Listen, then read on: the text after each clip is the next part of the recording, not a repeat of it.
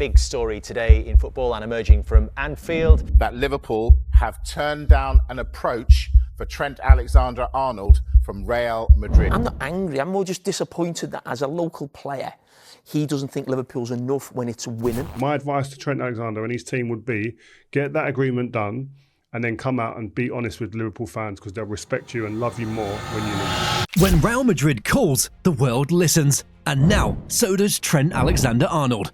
The Spanish giants are known for transforming world-class talents into legends. And now, they've added another jewel to their crown. This move isn't just shocking, it's strategic. With Carvajal aging and Madrid's midfield reinvented, Trent fits in a new Galáctico dream. When a Liverpool-born fullback redefines what it means to pass like a playmaker, you don't question where he's going next. You ask, why not sooner? So, what made this transfer almost inevitable? Stay tuned as we reveal 7 clear reasons why Trent's journey was always destined to pass through the Santiago Bernabeu. Let's look into why Real Madrid's tactical evolution needs a quarterback-fullback. Trent Alexander-Arnold isn't just a traditional right-back, which Real Madrid, they know very well.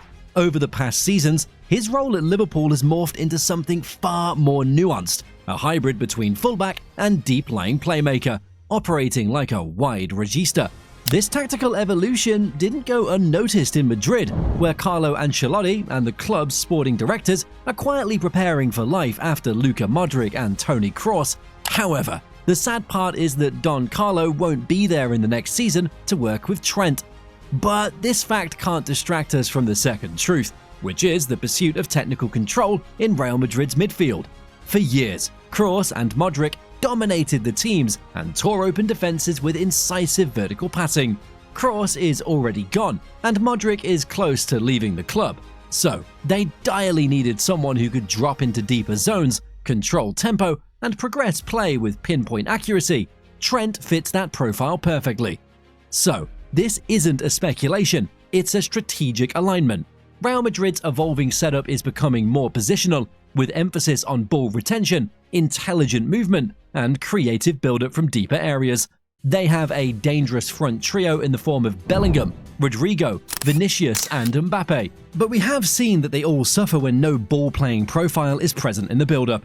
Trent's average of 9.3 progressive passes per 90 minutes this season places him among Europe's elite. And the more surprising thing is that this metric isn't typical for defenders, it belongs to midfield maestros.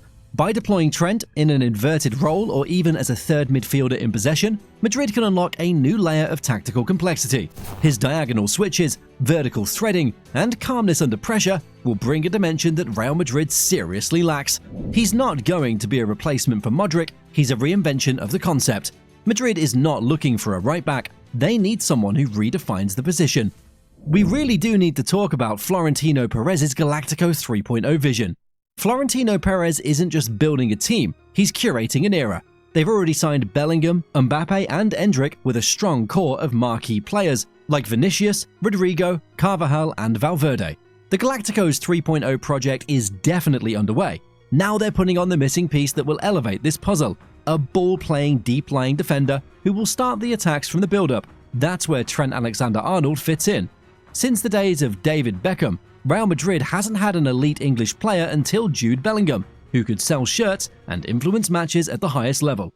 Trent can double up on Bellingham. He's not just a household name in England, he's globally recognized for his unique playstyle. He's a player who is equally admired by data analysts, coaches, and fans. However, Real Madrid fans don't have hopes with him defending. He often gets bashed for that. Aside from all the requirements, Real Madrid is an elite club. They understand the cultural weight of adding another cornerstone figure from football's most visible market. It's not a coincidence that this move is happening when the club is launching its next era of dominance. For Perez, it's not just about trophies, it's about legacy, image, and cementing Madrid's place at the center of football's future. In Trent, he sees a brand and a leader of modern football who shows a statement of intent. Galáctico 3.0 isn't about flash, it's about footballing substance, and Trent, he has both. One thing we do need to mention though is Liverpool's identity crisis and uncertain future under Arne Slot. The post-Klopp era at Liverpool marks the end of one of football's most iconic managerial reigns. For Trent Alexander-Arnold, it's also the end of a footballing identity that was tailor-made for his unique style. Under Jurgen Klopp, Trent had the freedom to be more than a fullback. He was a playmaker, a creator, and at times the pulse of the team. But his role within the team of Arne Slot is dubious even after a full season. Slot brings a more structured, possession-heavy approach, inspired by Dutch football's geometric play. While that sounds appealing on paper, it doesn't automatically favour Trent's improvisational brilliance. His best performances? They've come when he's been given license to roam into central zones, hit early switches, and dictate tempo, which often operates outside the traditional tactical molds. However, we have a broader issue as well. Liverpool was once feared for its vertical intensity and gegenpressing chaos. Now they face a transitional period. Key players are aging, systems are shifting, and ambitions are recalibrated. For a player who's already won the Premier League, Champions League, FA Cup, and Club World Cup, staying through a rebuild might feel like a regression. He's also suffering under Arne Slot for his defensive performances. The Liverpool boss demands a strong defensive presence from him on the left flank, which was never the strongest suit of Trent. Klopp's gegenpressing approach supported him, and in return, he used to complement Liverpool with world-class passing to the forwards. This is not happening now at Anfield, so when Real Madrid calls, you cannot decline the offer. One thing that really should be said about Trent, though, is he's not just a defender, he's the system. In modern football, the term system player often carries the wrong connotation. People think the player can perform in every situation. However, we've seen the same players flop with the national team or when they switch clubs. For example, Pep Guardiola's players rarely show a similar performance when they play under a different philosophy. Trent, well, he's also the same. Under Klopp at Liverpool, he was the main weapon of the system. His passing range, vision, and spatial awareness distinguished how the team transitioned from defense to attack. In some seasons, Trent consistently averaged more key passes per game than most midfielders in Europe's top 5 leagues. His passing radar, with laser-like diagonals and disguised through balls, unlocked deep defensive blocks and found Salah, Mane, or Luis Diaz in stride. Many times in those years, whenever Liverpool felt under pressure, Trent played a vertical ball to forwards, and a 1-2 goal after that solved the entire match. In that way, Madrid is signing a creator who defends just enough to fit into their possession model. However, the main role of Trent would be inversion into midfield and drop between the centre-backs to start the build-up, or hold width to stretch a block, all within the same phase of play. That tactical flexibility, it'll launch their speedy wingers and forward, which they lacked during this whole season. At his best, Trent is a control tower, calm, creative, and completely in command. Real Madrid doesn't just want that, they need it, especially to compete with Barcelona's Koulibaly and Inigo Martinez, who start the attack right in front of their goal. We really should mention the Bellingham link-up, which is chemistry that's already been proven. Chemistry in football, it isn't always visible on a chalkboard, but it's undeniable on the pitch. On paper, some teams don't look dangerous, but when they play fluid football because of the understanding, they stun the giant opponents. Trent Alexander-Arnold and Jude Bellingham, they've already showcased a connection that just feels instinctive. Their performance together for England, particularly during the 2024 Euro, the Nations League before that, and in Euro qualifiers, revealed a flawless understanding. Trent, operating in his hybrid role for England, often found Bellingham between the lines with early, incisive passes. The balls he played always looked like intuitive link-ups rather than rehearsed patterns. Bellingham, who thrives on timing his bursts from midfield, repeatedly found himself fed in rhythm by Trent's precise deliveries. It's a relationship built on trust and footballing IQ. For Real Madrid, this isn't just a bonus, it's a blueprint for the upcoming season. Bellingham is already central to Madrid's next generation of midfield. Pairing him with a teammate who not only complements his movement, but amplifies it, will add a new layer of efficiency to the attack. Trent's early switches and vertical threading perfectly align with Bellingham's knack for ghosting into space. This almost perfect synchronization can give a huge advantage to them against their arch rivals in Spain, and who knows, they might be able to recreate an Iniesta-Messi link-up. Though the playing positions of both these pairs are different, but a link-up like that can destroy defenses from everywhere.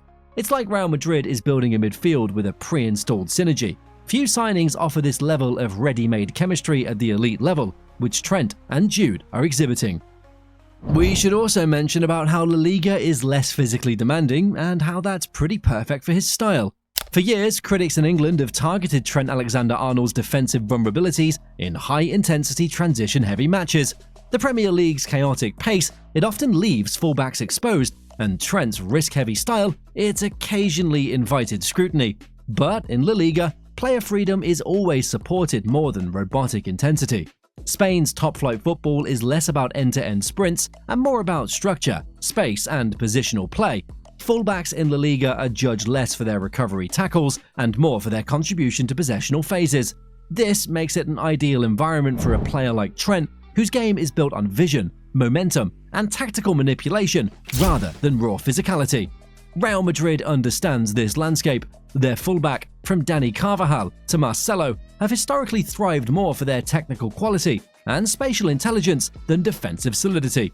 Trent fits that mold. In a league where matches are often controlled through midfield dominance and strategic pressing, he'll have more time on the ball and less exposure to relentless counterattacks.